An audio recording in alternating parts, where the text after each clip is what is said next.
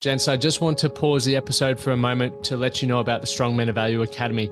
You will have heard me refer to it a number of times, and I want to bring more attention to it. So this isn't just a program, it's a life-changing environment and community of men who are focused on personal and professional growth. We're looking at areas of relationships, wealth, and health, things to help you thrive and maximize your life. Imagine having bi-monthly one-on-one coaching sessions with myself, weekly group coaching calls, and an incredible brotherhood of high achievers by your side. Now we're diving into resilience, leadership, and holistic growth to not just succeed in your career, but to thrive in your health and your relationships. Your journey to greatness, it starts here. So join the movement and you can apply for the Strong Men of Value Academy. You can head to themanthatcanproject.com to find out more. Yeah, that expectations of others or, what do other people think of me and all that sort of stuff. Yeah, a lot of it was therapy for sure, sitting down with someone more educated at the time on how to just everything back to the idea of what's normal. Even today, people are like, how are you? I'm like, I don't know. How am I? Like, I don't know. So there's still elements and moments of that. But it's okay. The Man That Can Project podcast, a podcast empowering career-driven men to live more fulfilling lives. We are here to challenge your beliefs, redefine success, and talk about the important stuff in a relatable way. Don't forget to subscribe and leave a review. My name's Lachlan, Stuart. Let's get into it. Welcome to episode 527 of the Man That Can Project podcast. I'm your host, Lachlan Stuart, and today is going to be an extremely insightful and powerful and probably moving episode. We've got Chad McCormick joining us from Canada. How are you, Chad? So far, so good. It's early. Yeah, it is actually early. It's probably the earliest podcast I've done in a while, but doesn't take away the energy that we're about to bring. So we connected. We first met at a Brett and Brett event here in Nashville. And, as soon as I walk into a room and there's a dude with a beard that looks as good as yours, I just beeline it because it's like aspirations, what I want to achieve. And we hit it off well. You made us feel very welcome for being there. And then, we connected a couple more times over the next week while you were still in Nashville. And we had some pretty deep conversations, I would say, for two blokes that just met. And I walked away from the last time we caught up thinking, man, I took away so much from that. Our audience can probably relate and learn a lot from some of the experiences that you've had, Chad, and also just the perspectives on life and what you're doing. And I know you've just got back from some travel with your son doing water polo. So I guess that's probably a good place to start around why you're investing so much time with your children now as a role model, and then we can sort of navigate from there. Yeah, well, good morning. Yeah, and I can see you're working on the beard, so that's great and a good start.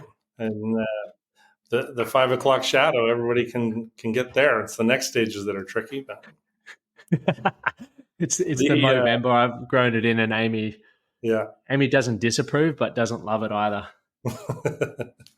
Yeah, you can over time. The dad thing, when you look at it, and we kind of,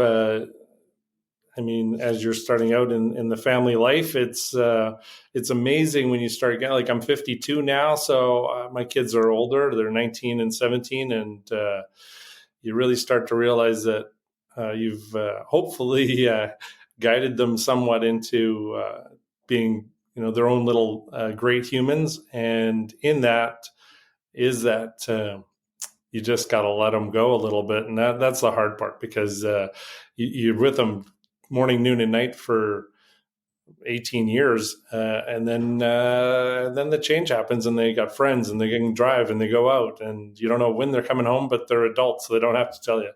And then they're gone. So it's, it really happens pretty quick. So I figured it out probably about 10 years ago that, I guess it was probably right when I quit drinking, which will probably be somewhere else we get to. But the idea that if you've only got so much limited time, what are you spending it on?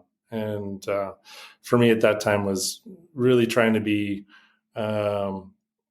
present to the kids, and everybody's like, oh well, you're in such a rush to go somewhere or such a rush to do something, but at the same token, just sitting there on a park bench with your kids, where's the rush to get anywhere? You're never late if you're in the right spot. So yeah, that's a great saying. You're never late if you're in the right spot. What was it for you, like that, I guess, penny drop moment, or the moment that you realized, we do have limited time? What are you spending it on? What sort of, was there an event or an experience that made you recognize that?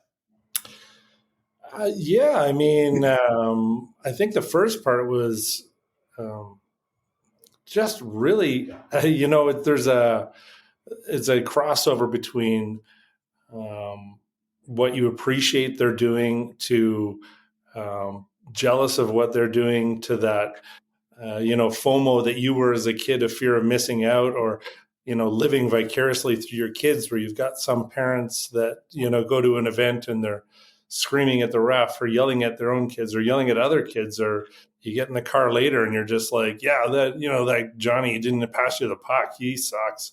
But in reality, maybe you never played the sport, so what do you even have conversations about that about?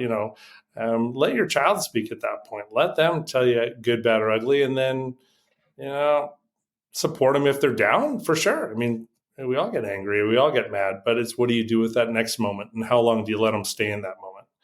And so there's a lot of that with sports, with my older guy hockey, younger guy water polo, and just saying, okay, great, you have 1 minute, rant, go nuts, get mad at the coach, the ref, whatever it is. The next 10 is on you. How could you have done it better? What else could you have done differently? And maybe there's nothing, but at the same token, for them to realize that and for you to give them that space, I think is where you both grow. Yeah, it's definitely an interesting thing, something that I guess can't relate to at this point because I don't have children, but I know a lot of our members of our academy have children, and then also a lot of the listeners do. And there's definitely the helicopter parenting where you want to sort of make sure that nothing goes wrong, but the mistakes is where people start to really figure themselves out and work out what works well and what doesn't. So it's definitely something that I'm grateful I get to pick your brain and plenty of other people's brains around how to actually figure out what that is, because I don't think anyone really has the secret formula. It's just a day-by-day approach. Well, it's a lot to do with kind of that idea of pride. It's okay to be proud of your kids, but it's better to show them to be proud of themselves.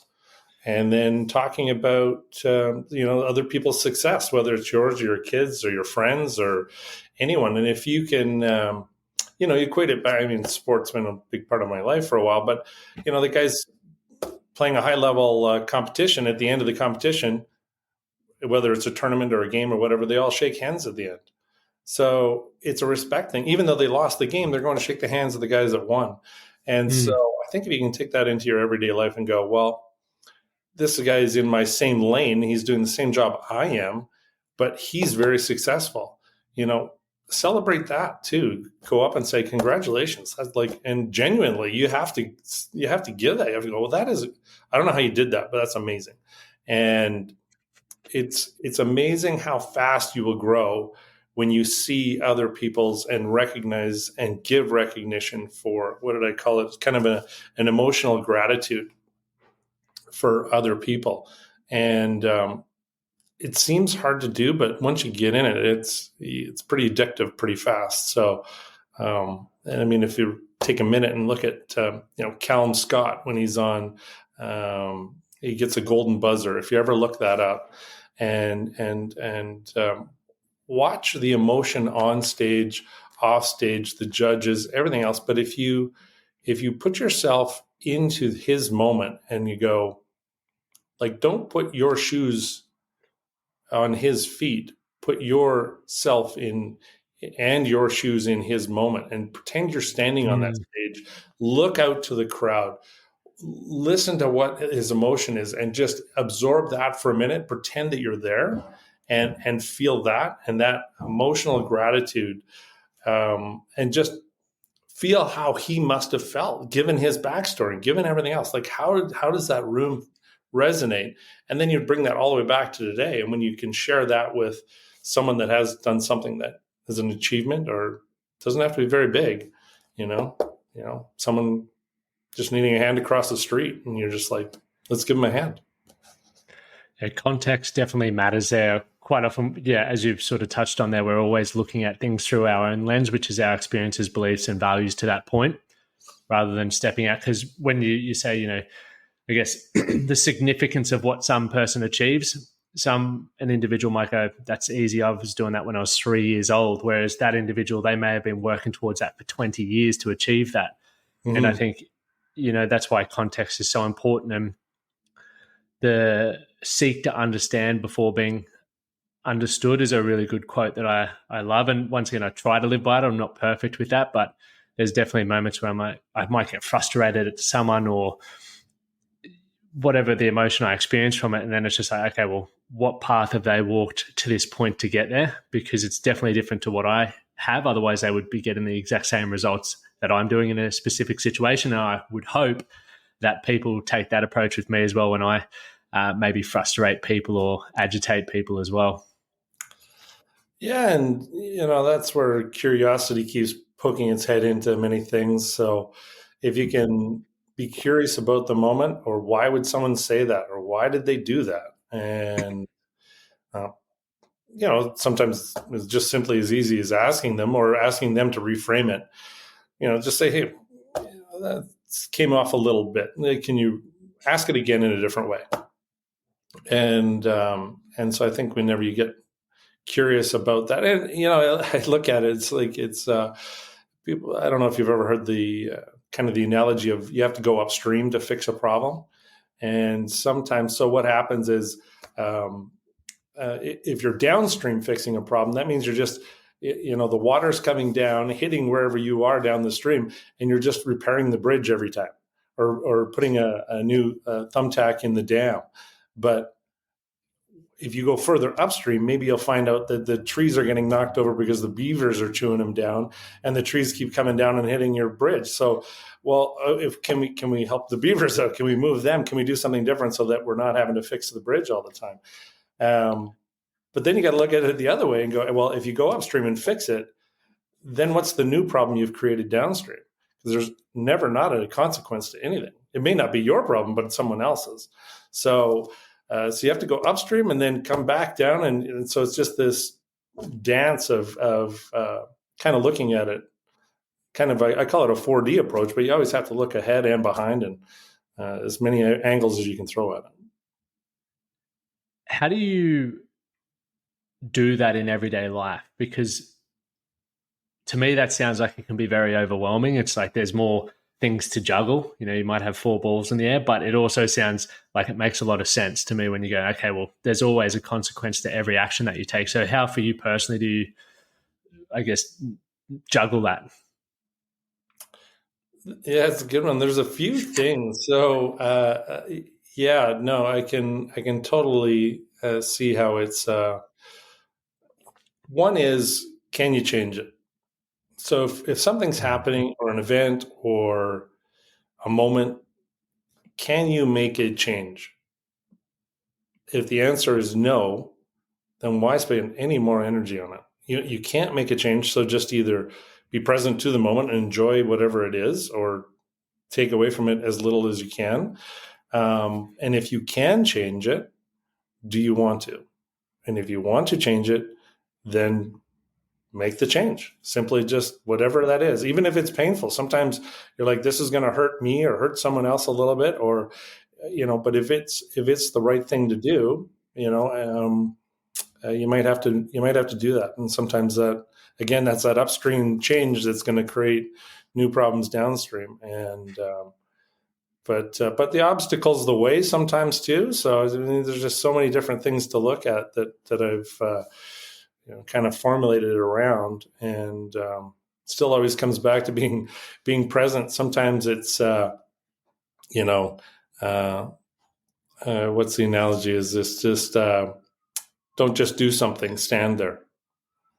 And to be the only person standing still when a fire is going on or people are running and going crazy, you can just go, okay, what is actually happening? And take a look at the whole thing. And don't get so caught up in everybody's every day, because it's real easy to fall into wake up in the morning, go to bed at night. What happened today? I don't know. Same thing as yesterday. Well, Yeah. that sounds amazing.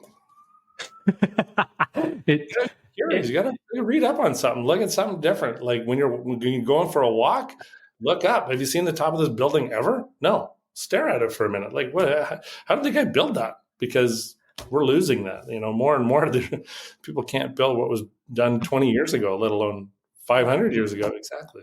Yeah. These mobile phones, since we've moved here, it's obviously shaken up my whole routine. I was like Groundhog Day every day in a good way, but it was just rinse and repeat with how the days were. Whereas now there's so much, I don't have to do as much face-to-face work. A lot of it's online, but that then gives me the opportunity to have a lot more free time. So it's like, go do things. Liam and I have been literally running our way around Nashville, and we've been doing it in different routes. And so I'm like, we've run past this place 3 times and I've never noticed this building. How? And he's like, I don't know.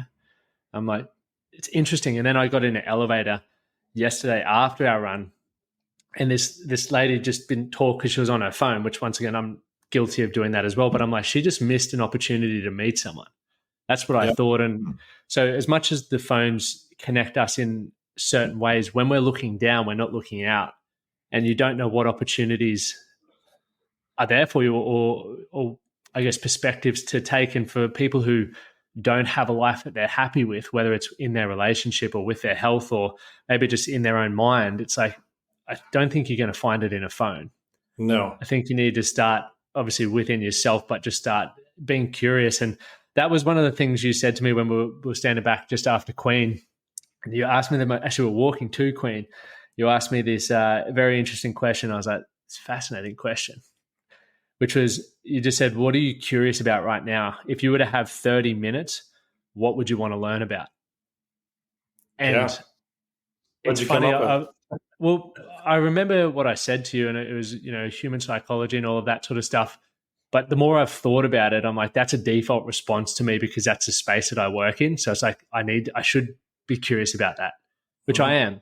But there's also random other stuff that I'm interested in at the moment that has nothing to do, I guess, with the work that I work in. It's like stand-up comedy. I love how people tell stories and engage people, but also how they, I think about, is that how they wanted that joke to land or is it not? Like I'm always thinking about that. Then music, obviously my wife's a musician, but I'm trying to understand how people feel music and all of that sort of stuff because I don't feel that that's in my body. So that's the sort of stuff that I'm watching YouTube videos on or Googling and reading about, or I bought a few books last night on that sort of stuff because it's just like the information may never help me with anything, I guess, in my career, for example, but it's just interesting to me and I want to learn about it. But it could also then become a story or an experience that I can then share with someone to help them move from A to B, for example. So that's what it was for me. Yeah, and I think that's the biggest part is if you if you look back or look at your Google history and it's kind of all the same thing. It's not you're not growing from that. So the ability to find something new to waste 30 minutes on is not a waste of 30 minutes. You may feel that way, but learning about something that either you knew nothing about or enhances something you already do, I think it gives you more frame reference later.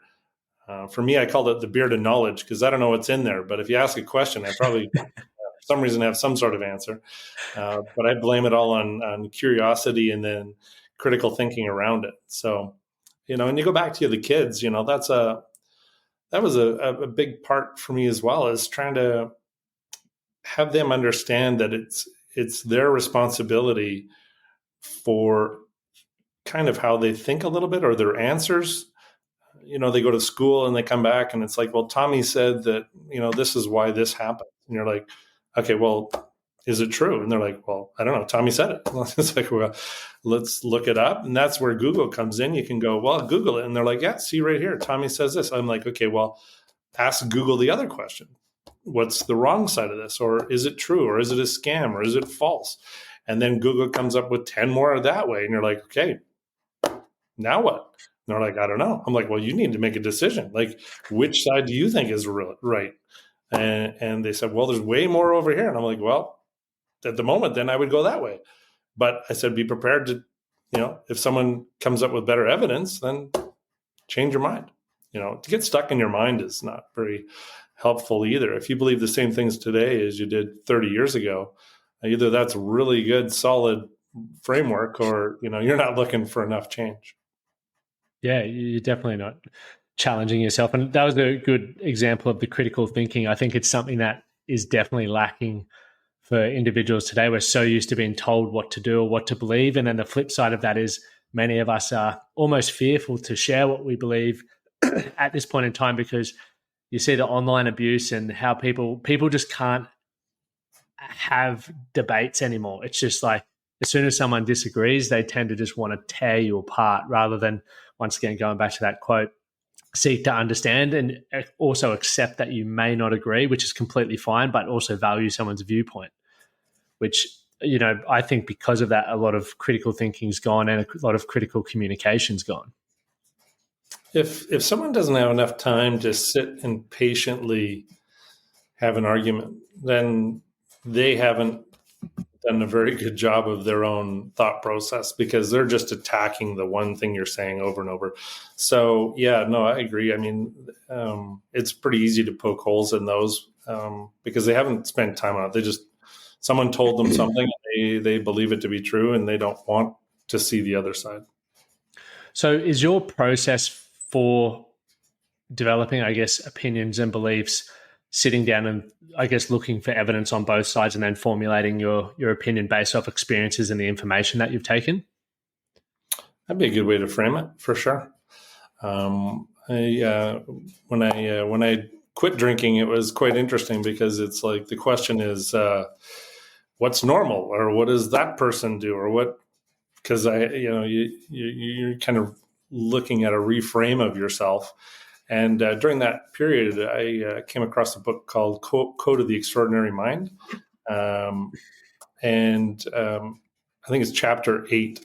And they talk about leveling up and how to, what are you really good at? And as far as the 8 or 10 criteria, and what are you really bad at? And then how do we bring up the ones you're not good at?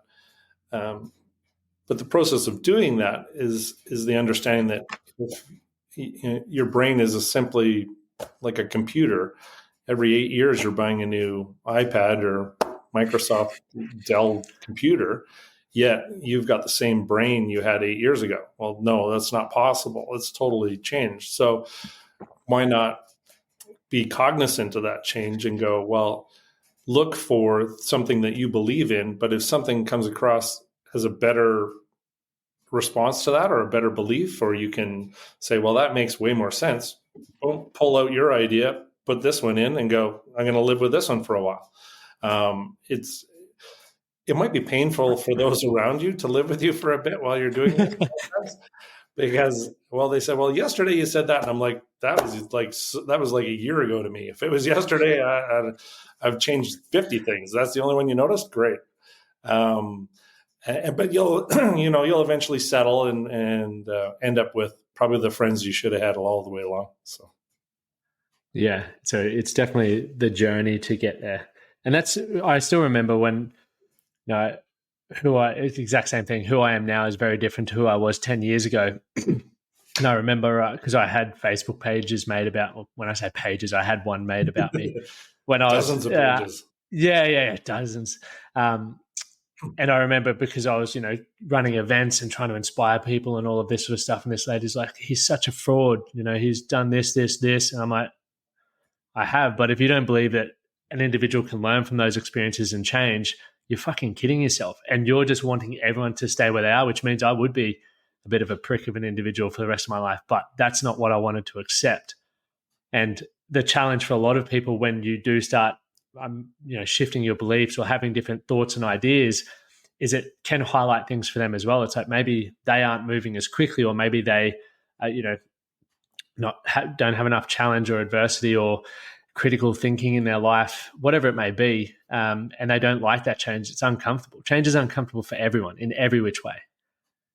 But if you can, once again, sit back and ask yourself, why is this individual doing this? Even if, how they're doing it, you may disagree with at the moment. Is it because they want a better life? Is it because they want to be a better husband or have better health? Then that's okay, because they're going to get feedback. Right? They're going to get their own feedback that then enables them to go, that didn't work, but I'm going to pivot here because I still want that outcome, as opposed to just going, I'm never going to be healthy. I'm never going to be a good husband.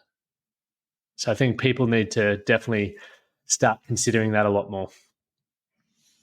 Yeah, I mean, there's a whole bunch there. I mean, it's crazy when you look at it and you go to, it's kind of like loneliness or being alone, and understanding that they're pretty different. And, if you're lonely, then that's a different thing to try and, work on, whether that's with therapy or friends or family, but that you need to seek someone else trying to help you out. But being alone, when you can get comfortable in that, I think that leaves so much room for that ability to grow and be curious and find things, because it's not a bad feeling to be alone. It's just like, okay, I got time to myself.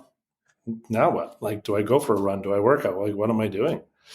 What do I want? Which was another big piece for my development, was kind of the mirror that we all live in.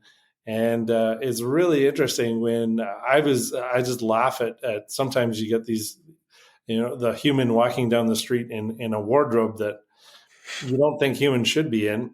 And you go, well, that person got up, got dressed, stood in front of a mirror and went, damn, and then walked out. And now the beauty is they're done. They're not looking in the mirror anymore. Now that's everyone else in the world's problem, because now they have to look at this and go, what is going on right now? I don't understand. Like, Ow. You honestly went through the closet, and like, it's crazy. It's crazy to me. And then to realize that we all do this. So every time you leave the morning, that's it. You're saying to the world, here you go. Now you get what you get. But I would say at the beginning for my journey it was more of that. I was a very reflective person. So I would absorb the mirrors of others. I was like a chameleon. So whatever anyone else was doing that I thought, wow, that's super cool, I wish I could do that, I would just take it and take it and take it. And then I would reflect back kind of the best of that, which wasn't really me. It was just a shell of me, but I was forcing a mirror out of what I wanted people to see. And a lot of that is, ego and all of that falsism and everything else. And how do you look, or what's this? Well, yeah, I spend time on my beard. Well, but it's like a small brother to me. So I respect my beard. So it's like, how do you do that? Right. So, so now I would say that now I am just more of I guess, what did I write earlier? I said, I get to reflect a true self now. So it's now more, I don't absorb other people's, I just actually reflect the true self a bit more. So. How did you get to a point where you were comfortable reflecting the real self rather than the adopted pieces from other people? Like, because there's got to be an element there where you just become so comfortable in who you are and also stop trying to live up to expectations of other people. Yeah, that expectations of others, or, what do other people think of me and all that sort of stuff. Yeah, a lot of it was therapy for sure. Sitting down with someone more educated at the time on how to just everything back to the idea of what's normal. I mean, even today, people are like, how are you? I'm like, I don't know. How am I? Like, I don't know. So there's still elements and moments of that. But it's okay. I mean, when you can get comfortable with the outcome doesn't matter, or time doesn't matter. I know everybody's busy, but if you can be productive, you'll end up with more time and stop being busy. And then when you shift some of that time back to just being present, again, if you're in the right spot, you're in the right spot. So why do you want to move so fast? And it's funny when you miss one moment and hit another, and the other one, you're like, man, I'm glad I didn't take that last moment. That's when you start believing the fact that being present is so impactful. That was something we discussed as well one day when we caught up, was your ability to be present, like where you are is where you're meant to be. And you were explaining sort of how you were able to get to that point, because obviously I was sharing how I find it very distracting. I can jump on Instagram and see someone in, maybe in my field of work that's doing something. I'm like, oh, I need to work harder. I need to be better. Or, you can be at one situation, FOMO, essentially FOMO. There's always shit going on and we miss it. So can you sort of run through that process? Yeah. So that one's, it's really hard because it's so easy to get distracted in something that you don't necessarily, if you could pull yourself from yourself and look at it and go, is that really what I want to do right now? No. But you get into the, some call it the monkey brain, or, you're on autopilot. And, a lot of that social media, or that, the moments that you're really wasting on nothing are if you're going to do it. Like it's get in or change. And if you're going to Instagram, just go deep, like spend 10 hours and get in there, and then go, okay, I'm done for a week. Like I can't, it's like tequila. I've had too much, and so I think it is hard, but at the same token, when you start seeing, if you can kind of measure it a bit and go, well, what was the outcome of my 1 hour on Instagram? Well, I found this and I found that. Okay, well, what did you do with that information? Did you actually use it? Did you incorporate it with what you're doing? Did you go buy the product? Does it work? Did you use it? Like, what is it? And if you can follow the trail of all those things, well, then maybe there was some benefit to it. But at the same token, if you walk away from an hour of social media and go, I learned nothing, you're like, note to self. Don't do it again. Or change the intention. Yeah. Or do it for an educational. Try and do something else. There was one thing you mentioned earlier when it was around the alcohol, and I know it was similar to your story, where you said, obviously, can you change it? Do you want to change it? Then just do it, right? It's a decision, draw the line in the sand. And I know you made that decision with alcohol for yourself. Many people, a lot of blokes especially that I speak to, they're like, I'm all or nothing. I can't just have one beer. It's like one beer or 1,000. I'm like, okay, well, what's the consequences of the 1,000 beers? Is it impacting areas? Yeah, it always does. Well, why don't you stop? I can't. So for you, what was it that, like, how did you just switch? What was the secret formula that everyone's looking for that you have that allowed you to switch? And especially, I want to also highlight, you work in the hospitality industry, right? Yeah. You're a businessman, and you're in the hospitality industry where alcohol is part of the bloody furniture. Yep. Yeah. I mean, how long is the podcast? Sorry. We can make an exception. Yeah.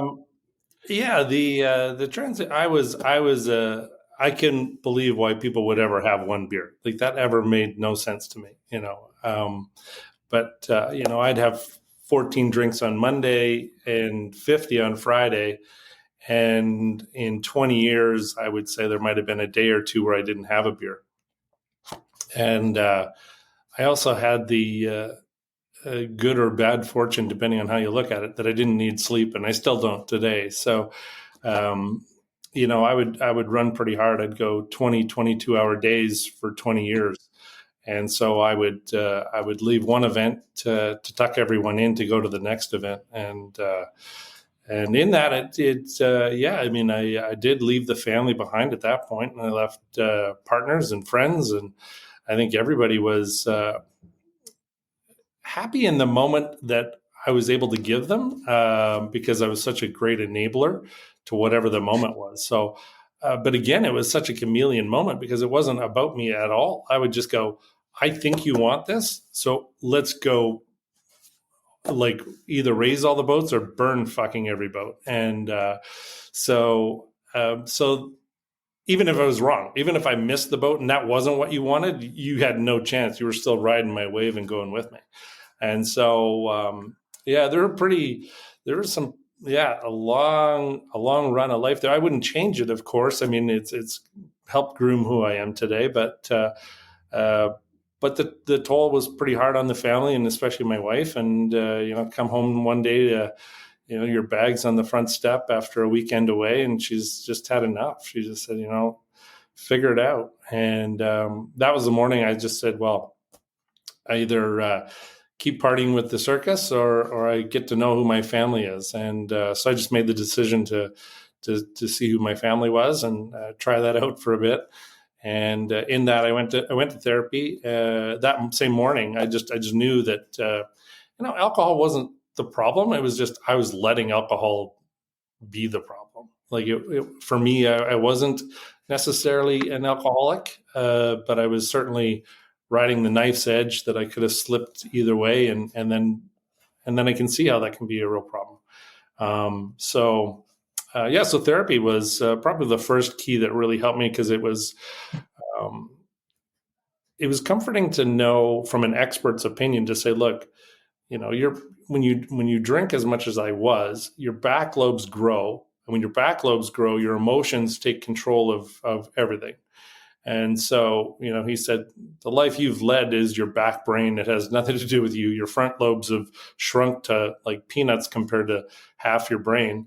So he's like, you really haven't been in control. And the easy conversation was, have you ever been in a fight with your wife and you didn't know why? And I'm like, pretty much every day. And he said, well, what happens when you get in a fight? And I go, well, I go to the bar. And he goes, you get a drink. And I go, yeah. And he goes, well, that's your back lobe just squeezing there saying, I'm thirsty. Let's go get a drink. So, it was a really interesting time to try and go, well, who's in control here? Is it me? Is it my brain, mind, body? Like, what is all this? And then the second piece he said, well, your kids are young now. I mean, it was a decade ago. And he said, look, you're having, 15, 20 drinks a day on average.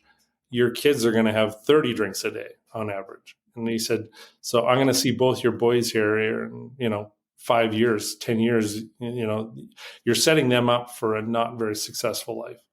And so I think I cried pretty hard for 4 or 5 days after that, just looking at what I'd done to my kids and family and how severe that was.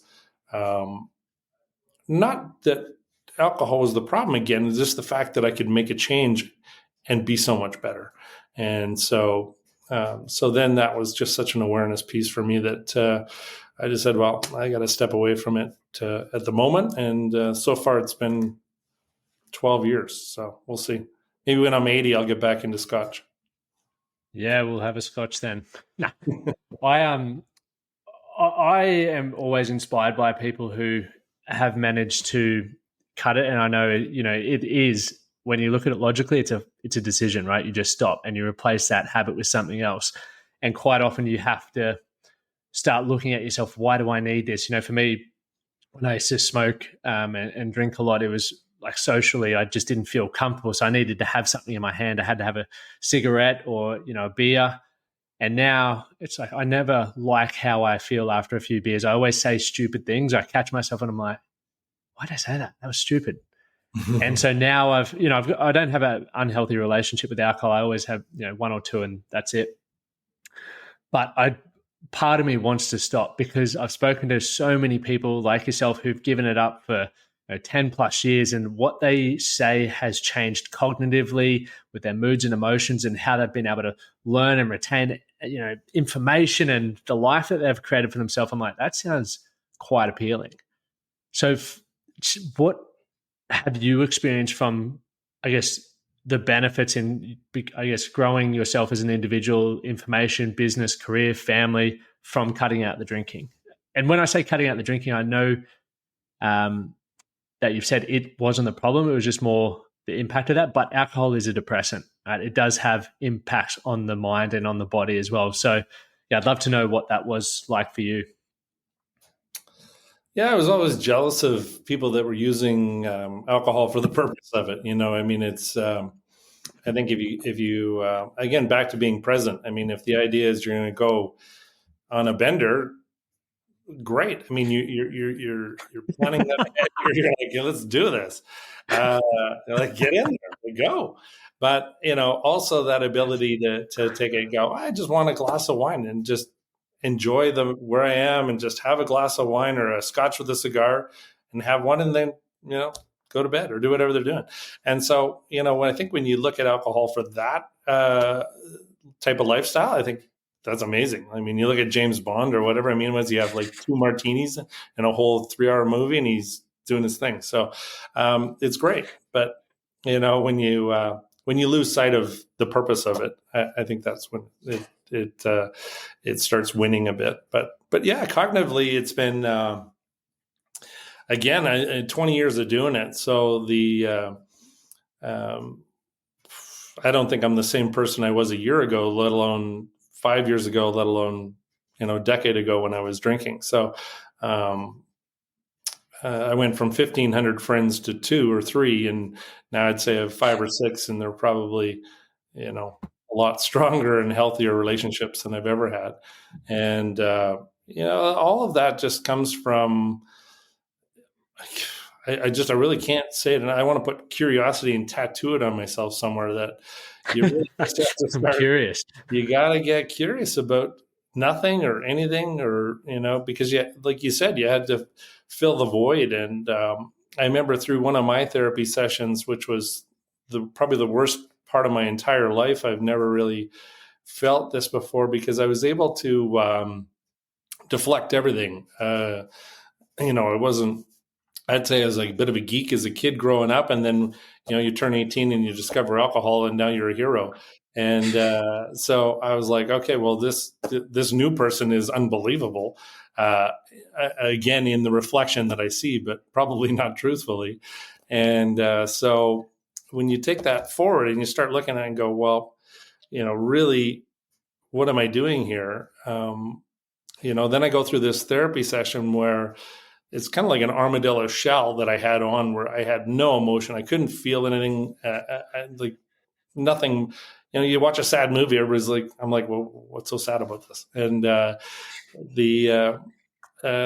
therapy, it was, I can't even actually remember it, because we were just into this moment. And but I remember it being a morning session, and midway through my session, she phones the front desk and says, cancel all my appointments today, as I am like a puddle in a corner. She's cracked the shell, the armadillo's come back, and now I'm just this flop of emotion. I can feel everything. Everything that's gone on in my moment. And that's when I discovered the problem with therapy is they can help you open the door. But then it's a long road to hoe after that, because now you got to deal with that door being open, because they don't close again. So that door being open was probably the best and worst moment for me ever, because after that I couldn't avoid the situation. I go to a bar or a restaurant, or one that I own, and I'm standing there, and guys like, hey, let's have a shot. And I'm like, no, I don't drink. They're like, whatever. And I'm just like, I can't, like the noise, the volume, like everything it was too much. It was just like sensations I'd never had. And it was a long time, probably a year of that. Like, it was so brutal. I can only recommend it now, 10 years later. At that moment, it was very, very unfriendly. And so that was probably where I had to learn to grow the most, because I said, well, like, why am I feeling that? Or what is that feeling? And then I had to poke around and look at it and sit with it. And so, yeah, it was a difficult time. But I just commend you for having the mental fortitude to get through that, because I just peer pressure from people, and obviously that being your place of work as well, would have been extremely challenging on a daily basis to have the fucking discipline, man. I just think about it with chocolate now, man. I had chocolate last night, and I pounded a block of chocolate. It's the same thing. It's like, if it's in the house, it's gone. Yeah. That's why I don't let Amy bring it into the house. But last night it seemed to make its way through the door, and I was like, oh, well, here we go. And you don't want to just leave that sitting around, that's for sure. Yeah. But it led to my why, and I think you and I talked about it a little bit. And I think the sooner you spend time on yourself and have a true conversation that someone can help you find your why, and why do you do things you do every day, or why do you see the world the way you see it? And, it gives you a bit firmer base to stand on when you're doing whatever you're doing, because 7 billion humans, we all do it differently. So, why do you do it the way you do it? And, mine is to connect, share, and grow so that I can help others to connect, share, and grow their world. And the more often I do that, the better I feel about it. And, the resonation of taking it to a 12 is, you go into a bank teller and you're going to do something and you're a bit grumpy, and so will the teller be, or soon to be. And or you take, you hit the front door and you're like, okay, that leave it at the door a little bit, but, just leave everything at every door. Just don't have any doors, and go straight into the bank, and just go, hey, how's your day? What's happening? And, you end up getting, a 12 out of 10 experience rather than a 2 out of 10. That curiosity piece that you speak about as well is probably a great place for people. Like, if people don't know what they're curious about, start by asking yourself why you do things. Why do you take shit with you through the door? An employer of mine when I was early 20s, I remember when I started working there, he's like, I don't care what's going on in your personal life, but as soon as you step foot in here, you leave your shit at the door because you got to deliver for the people in here. And that stuck with me to this day. And I struggled with that for a long time, because when you don't know much about your emotions, you generally carry that around and splatter that on everyone else.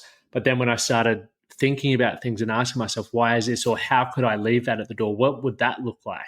How do I change my state? How do I let go of things that in probably 24 hours time, I'll look back and go, why was I stressed about that? Or why was I angry at that? Or why was that even happening? And that, for me, the curiosity, and I think it is why I do the work that I do.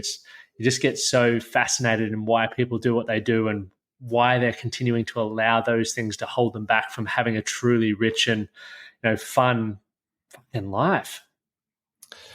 Yeah. And I mean, to your point, like, so it's interesting when someone else is having an emotional situation or a difficult moment, and leave your shit at the door is easy to say, but it's almost impossible to do. So then is when you look at, what are they going through? Can you put yourself in their situation, or put yourself in your shoes in their moment and go, oh man, that would be crappy, or that is shitty, or to really look at the idea and go that anything that happens, it doesn't happen to you, it happens for you. So if you are in a bad way, there's a lesson in there, and if you look hard enough, you'll find it. But if you keep finding yourself in the same spot all the time, you haven't learned the lesson yet. And whether that's someone else showing you, or again, sometimes people are doing what they normally do and you're offended by it, or it bugs you, or, I mean, again, that's for you. Like, if something bugs you about someone else, that's your shit, not theirs. They're allowed to break down. People are allowed to cry. I mean, when you want it, you don't want it anymore. I mean, get out. Yeah, literally. I think it's healthy. Chad, I appreciate your time so much. And I've got about 3 pages of notes here, which is always a good sign. You'll have given me some thinking work for tomorrow morning. And everyone on the show, I've filled up, since I've just been in the States, I've filled up 2 of these where I just think and ask myself questions and just write. And then the next day I'll challenge that opinion. That's something that works well for me. And I guess the beauty of having a podcast is I get to speak to people from all walks of life, and then I get to think about what their beliefs are, and then why would I challenge them, or all of that sort of stuff. And then I get to formulate my own opinions, because I think it is so important to have your own opinions and have genuinely thought about things. So the conversation we've just had has done that for me. Chad, can people follow, like, I know it sounds weird when you say, can people follow you, but do you have a blog? I know you're going to start a podcast, which I cannot wait for you to launch, but if people want more of the Chad, where can they find you?